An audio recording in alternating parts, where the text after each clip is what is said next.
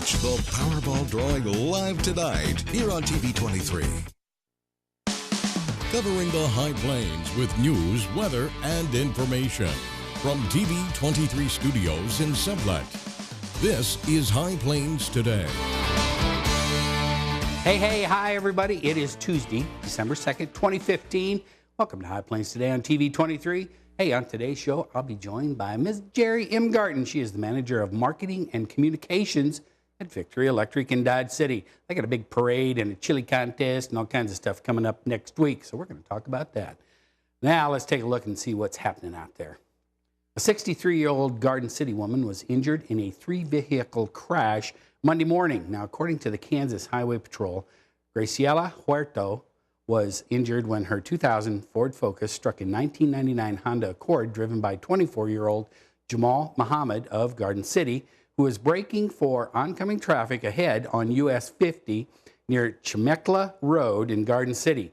After Huerta's vehicle stuck Muhammad's vehicle, a 2000 Honda Accord driven by 38-year-old Javier Guillen Ariano of Garden City, then struck Muhammad's car. Well, this one's kind of ugly. Police described the scene behind the Wyandotte County home of a man who operates a bail bond service in Topeka, one of the worst things they have ever seen. But the district attorney wouldn't confirm or deny media reports that detectives found the body of a 7-year-old boy left in a shed for hogs to eat. Now, on Monday, the only charges brought against 44-year-old Michael A. Jones, who operates Mike Jones bail bonds, were aggravated battery and aggravated assault and a child abuse. The battery and assault charge alleges Jones' wife, Heather Jones, was the victim. The child abuse charge alleges Jones did unlawfully and knowingly torture or cruelly beat a child under the age of 18. Now, the child is identified in the court document only as AJ, a 7-year-old boy. Jones remains in jail in lieu of a $10 million bond. Well, revenue receipts for November beat estimates by $14.6 million, driven in part by stronger than expected individual income tax receipts. Now, individual income tax receipts were $3 million, or 1.7% more than the estimates. Now, sales and use tax receipts continue to follow a national growth trend, and collections were more than expected. Sale tax receipts were $3.5 million more than estimates and $17 million more than what was collected in November of 2014. Well, more than 3,200 Westar customers remained without power yesterday morning across Reno County, prompting the American Red Cross to open a shelter Monday night while crews continued to work to restore power after the big ice storm over the weekend. Now, the company hopes to have all the power restored by tonight. The Red Cross opened a shelter at Trinity United Methodist Church in Hutchinson for residents left without power, providing meals, a place to stay and sleep, and some minor first aid. The nation's net farm income is the lowest since 2002. With another year of low commodity prices, demand for agriculture loans is surging as farmers struggle to make ends meet. Troy Sukup, the past president of the Kansas Bankers Association's Ag Bankers Division, said today's grain prices will bring in enough to pay for basic operating costs like fertilizer, seed, and land rent. Yet crop prices are not high enough for farmers to make payments on equipment loans or even to get paid for their own labor. Agricultural lenders say they are seeing people who had operating loans requesting larger ones, and some who had operated with cash are borrowing money. And the University of Kansas says a $7.2 million gift will be used to create a new center within the university's School of Business. The university on Tuesday announced that Roger and Julie Davis of Chicago donated $250,000 plus committed another $7 million from their estate for a center for figure sense, which will teach students how to use complex data to make better business decisions. The university says no new classes will be created, but the money will fund the hiring of an academic director to work with faculty and staff. Now, Roger Davis is owner of Paxton Patterson in Chicago. The couple previously donated $1 million towards construction of the Capitol Federal Hall. The new center will be formally announced at a ceremony this Friday and is expected to open in the spring of 2016. There's a look at some happenings. Stick around. We'll be back with yet a sunny forecast after this.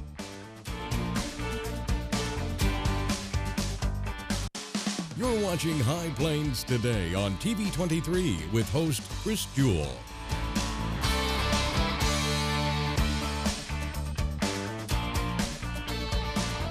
TV23's internet service and 4G live streaming provided by United Wireless. Coverage you deserve. Service you expect. United Wireless.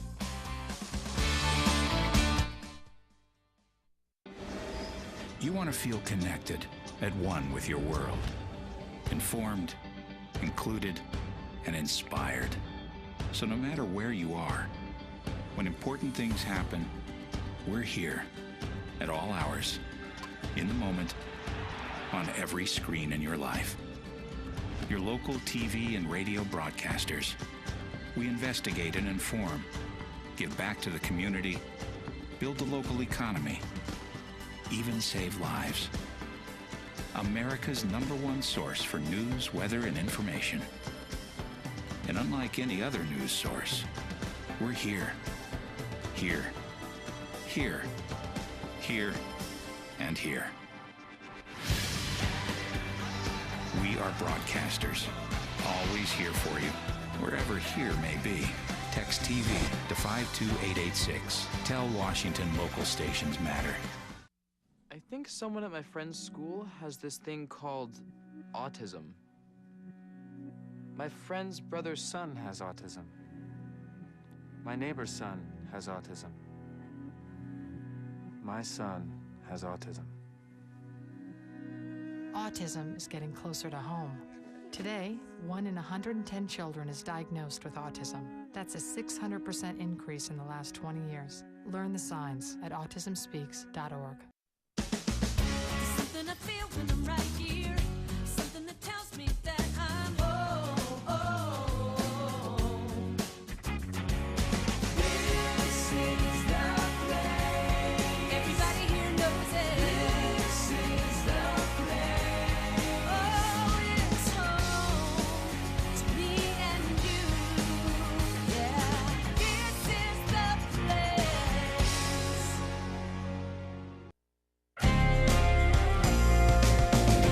Now, the local weather forecast for the High Plains. And today we're looking at the 146 and US 83 junction, 144. Sorry, Brian. I always get stuff wrong. Anyway, that's where we're looking at today. You know, it looks kind of nice out there. And you're going to have to help me because I'm pushing the button and nothing's happening. Oh, there we go. Okay, let's take a look at the readings here at the station. 46 degrees, relative humidity 39%. Pretty dry out there. Winds are out of the north-northwest at 11. Barometric pressure on the rise. Take a look at our readings around the area. Everybody in the 40s. Told you it's going to be a nice day today. Current dew temps all down in the teens and the lower 20s. So it's pretty dry out there. Winds pretty much out of the west-northwest today. Nobody has any giant winds except, well, you look at Hayes and Garden City at 17. That's really not that bad. Taking a look at our registered highs and lows at the Garden City Regional Airport. We got up to 47 yesterday. Didn't feel like we were going to get there, but we did. 47, 75 back in 1995, 17. It was chilly overnight. 0 back in 1985. Forecast for today, look at that, 48 degrees for the high today. Winds are going to be out of the northwest at 13. And then tonight, going to be a little fresh again, 21. Westerly winds at 9. Tomorrow, we're going to get even warmer, 54 degrees. Going to be way, way sunny. Winds out of the west-northwest at 7. And then tomorrow night, 22 for the low. West-southwest winds at 7. So there's not going to be a lot of wind out there. And you can see, remember we had a chance of rain on Saturday and Sunday? Out of here. Look at that. We're going to get into the 50s starting on Thursday. We're going to stay in the 50s all the way into the next 7 days. Lows are going to be in the 20s. So that's a look at our weather. Stick around. We're going to be back with the markets and Jerri Imgarten after this.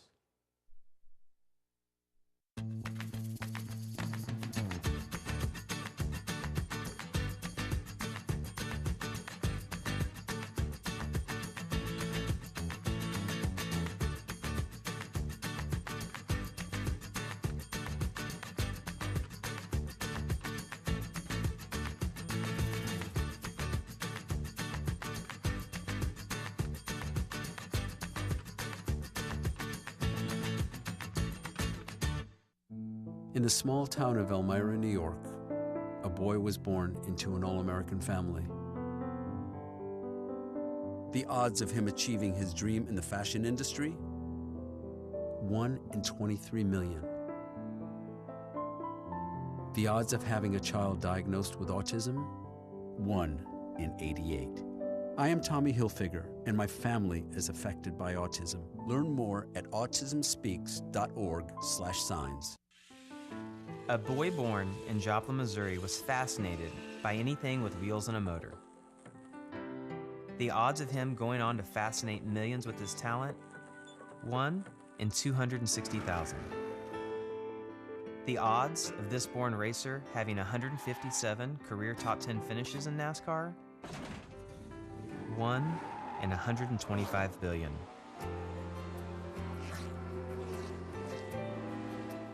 The odds of him winning both the Daytona 500 and the Brickyard 400 in the same year? 1 in 195 million.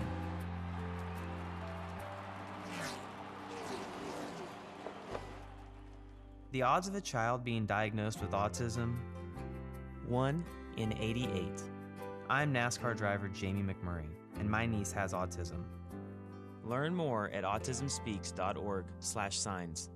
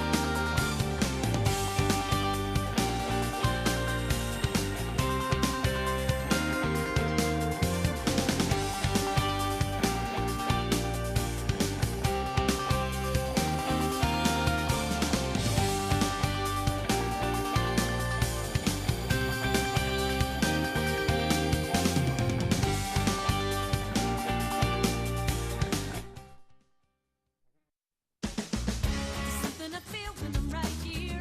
Something that tells me that I'm home. This is the place. Everybody here knows it.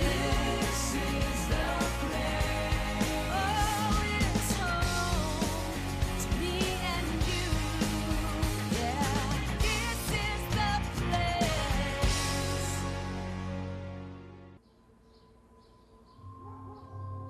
It's not his new group of friends. It's not the video games. It's not the neighborhood. Mom, do I have to go to school today? The biggest threat to your child's future could be you. Every day they miss, even in middle school, puts their graduation at risk.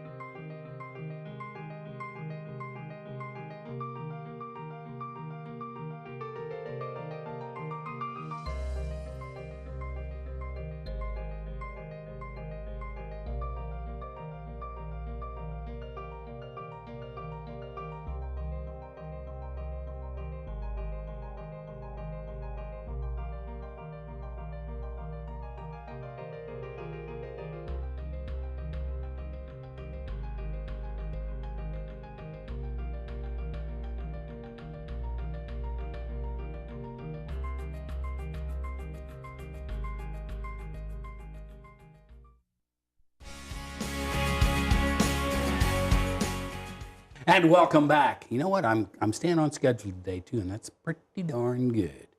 I'm joined by Jerri Imgarten. She is the manager of communications and marketing with Victory Electric in Dodge City, America. Yep, Thanks for coming over today. not a problem. Glad to be here. How are you?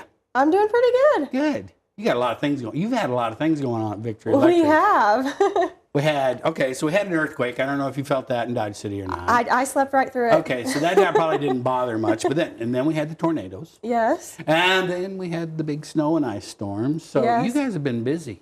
We have. Our crews have been out. Our linemen have been working a lot of overtime. In them big red trucks.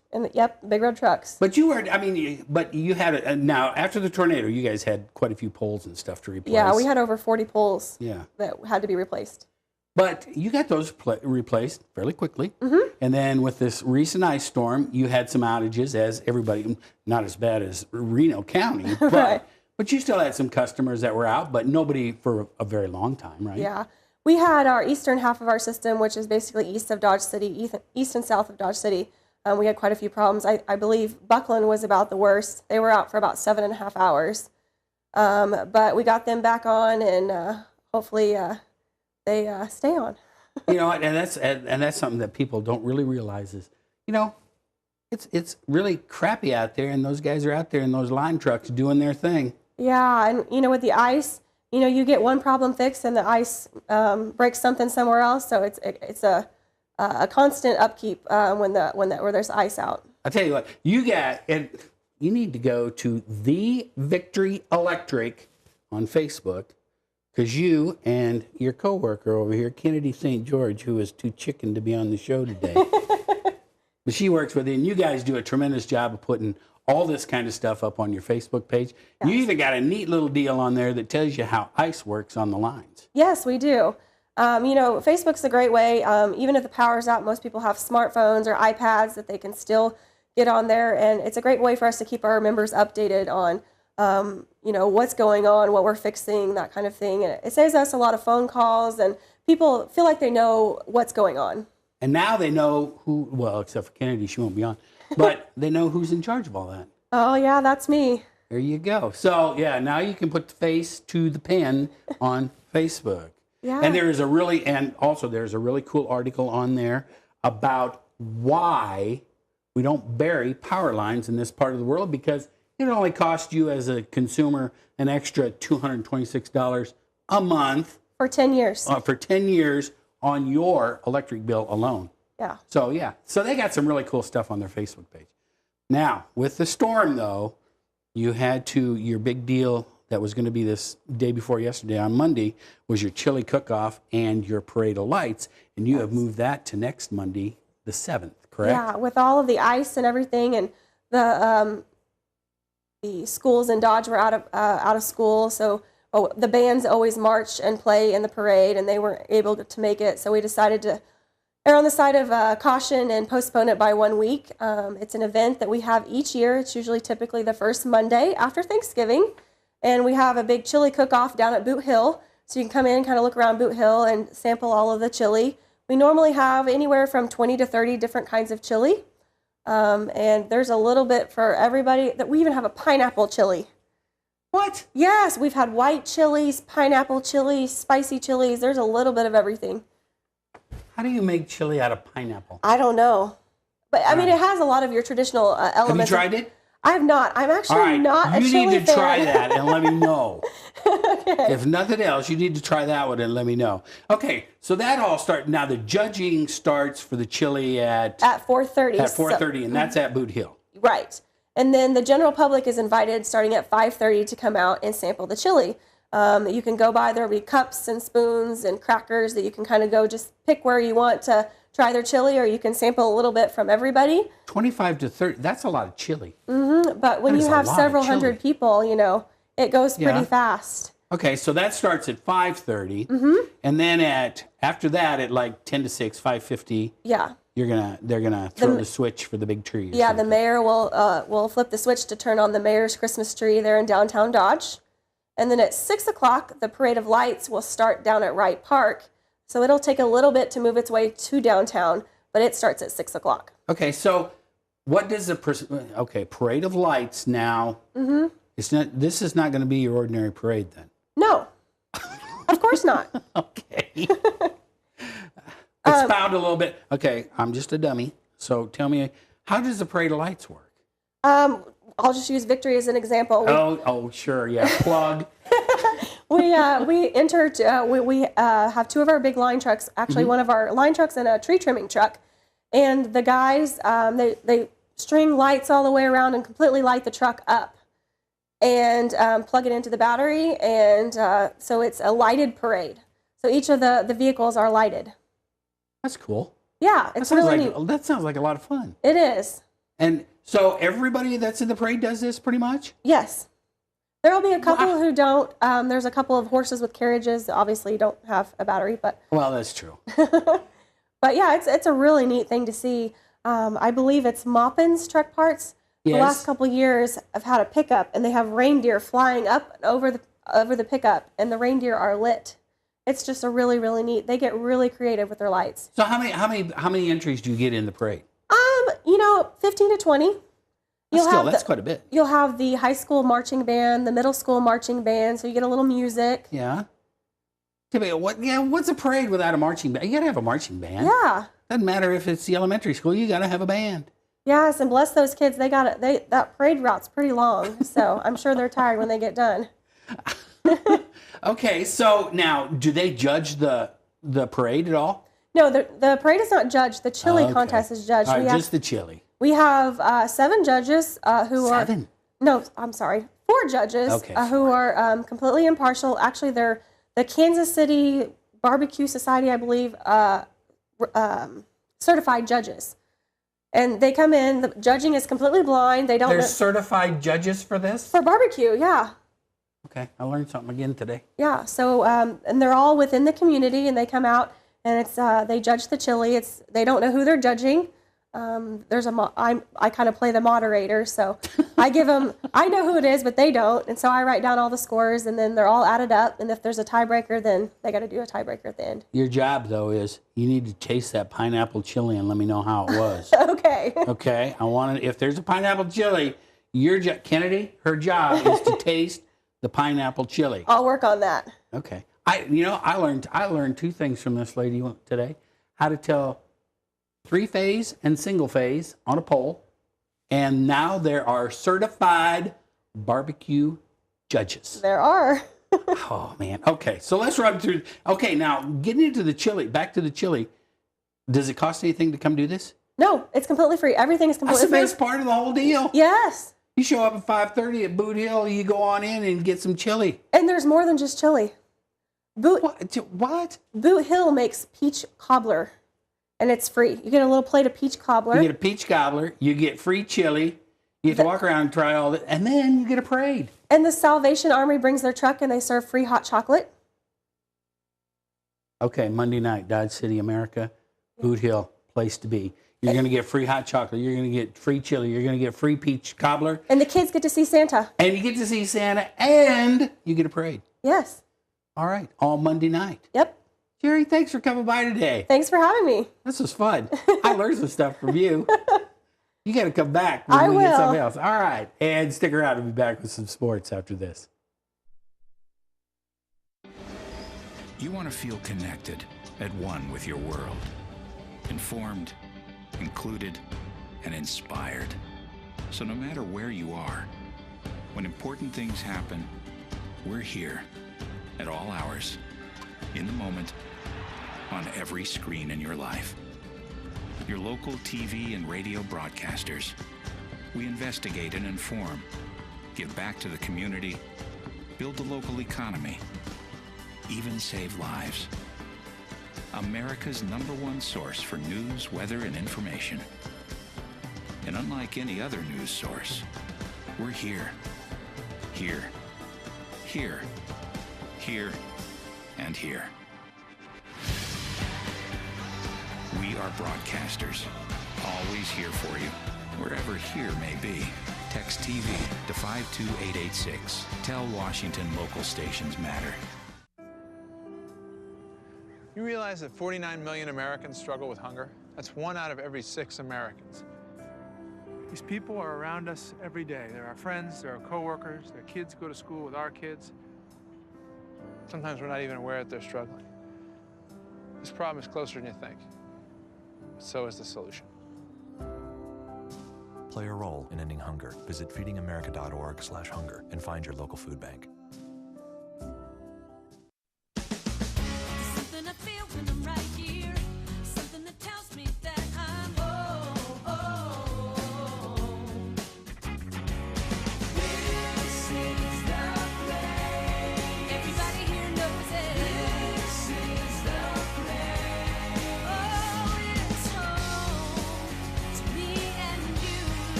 And welcome back. Hey, Kansas State fans will want to take a long look around the Wildcats football stadium before heading home after the West Virginia game on Saturday.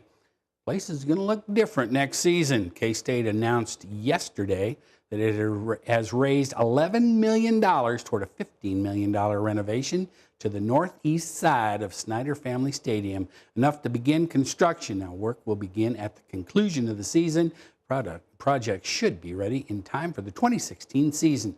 Groundbreaking ceremony will occur prior to the K-State game with West Virginia on Saturday. And Wayne Selden Jr. scored 18 points. Barry Ellis added 15, and fourth-ranked Kansas used a big second-half run to rout Loyola 94-61 on Tuesday night in Sheik Diallo's much-anticipated debut with the Jayhawks. And Oklahoma is number 3 in the College Football Playoff Selection Committee rankings, putting the Sooners safely in position to be in the Final Four with their season completed. Now, the Sooners locked up the Big 12 championship with a blowout victory at Oklahoma State last week. Clemson is still number 1, Alabama number 2, and Iowa Hawkeyes, believe it or not, are number 4. And let's see what else we got going on. That's about it. We got a lot of junior college basketball coming up here, there, and everywhere.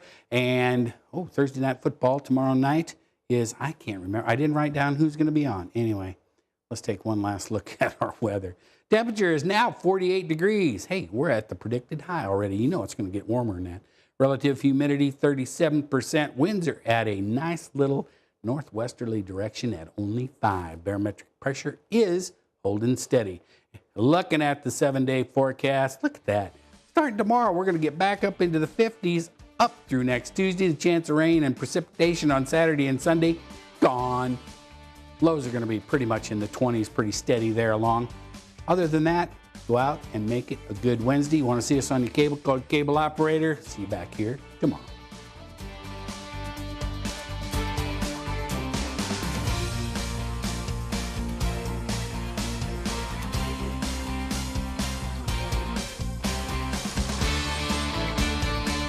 Keep up to date with the latest information from TV23 on our Facebook page, KDGL TV.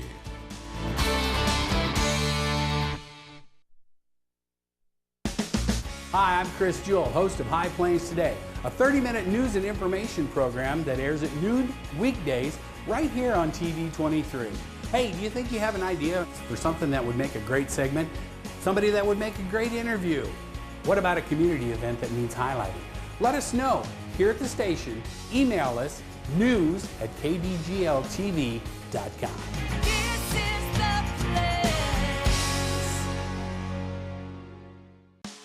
Hi, Chris Jewell, host of High Plains Today, a 30-minute news and information program that airs weekdays at noon right here on TV23. We talk about news, we talk about sports, we talk about weather, we're even going to talk entertainment. We'll have live guests right here on set with me. So, every day at noon, tune in, High Plains Today. We'll see you then. Weekdays here on TV23.